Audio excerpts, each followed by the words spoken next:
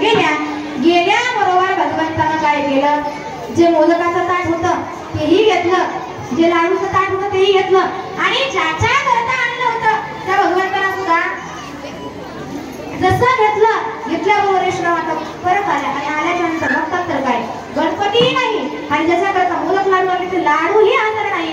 विचारलं लाला काना देव कुठे आहे, मोदक कुठे आहे?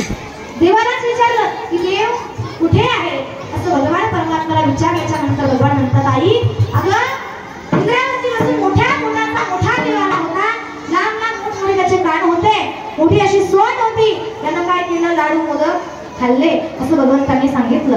अहो भगवान श्रीकृष्ण म्हणजेच गणपती, सर्व काही देव एकच आहे पण रूप मात्र अनेक आहेत असे असणारे भगवान परमात्मा त्याच्या चरित्राचं आपण या ठिकाणी काय करत आहोत, गुणगान गात आहोत.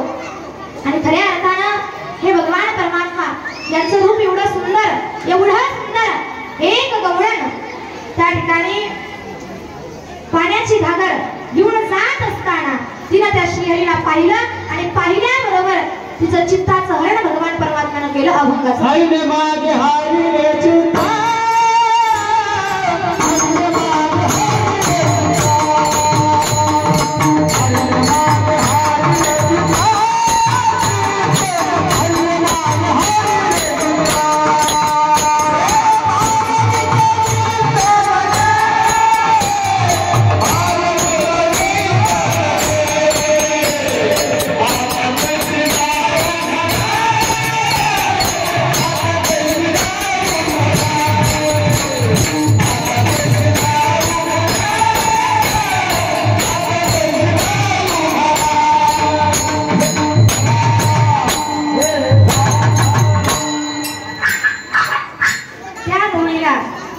भगवंताला पाहिलं आणि पाहिल्याबरोबर महाराज तिला विसर पडला आणि जसा विसर पडल्याबरोबर ती गवळण होती.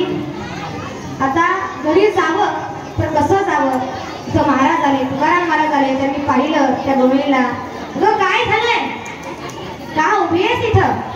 त्याला ती गवळण म्हणते, अहो महाराज तुम्हाला माहिती आहे मला माझ्या चित्ताचा काय झालेला आहे, विसर पडलेला आहे, कोण आहे काय आहे सगळं काही विसरून गेलेलं आहे. अभंगाचे विसरून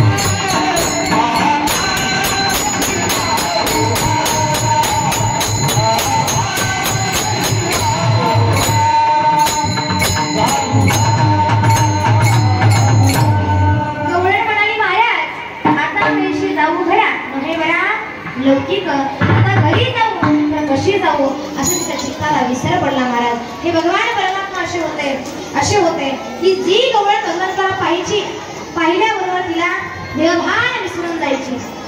एवढे सुंदर भगवान परमात्मा होते आणि असे भगवान परमात्मा आपल्या गोपाळाच्या ठिकाणी घेऊन चोरी कर्म करायचे आणि असं चोरी करत असताना यशोदा माता कंटाळल्या आणि म्हणाले आता तुला असं जमणार नाही, तुला शाळेत पाठवावं लागेल, त्याला धाडावं लागेल, त्याशिवाय जमणार नाही. आणि त्या काळची शाळा म्हणजे पेन्सिल पाटी घेणे नाही तर त्या काळची शाळा म्हणजे गाई राखण्याकरता जाणं.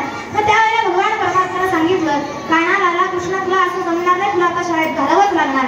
मग महाराज यशोदा माता त्या ठिकाणी गवळीला जाऊन सांगते की अहो माझ्या मुलाला शाळेत घालायचंय, तुमच्या मुलांना सांगा की माझ्या लालावरती लक्ष ठेवा, त्याला ऊन माहित नाही, ताण माहित नाही, काय करा त्याला सांभाळा.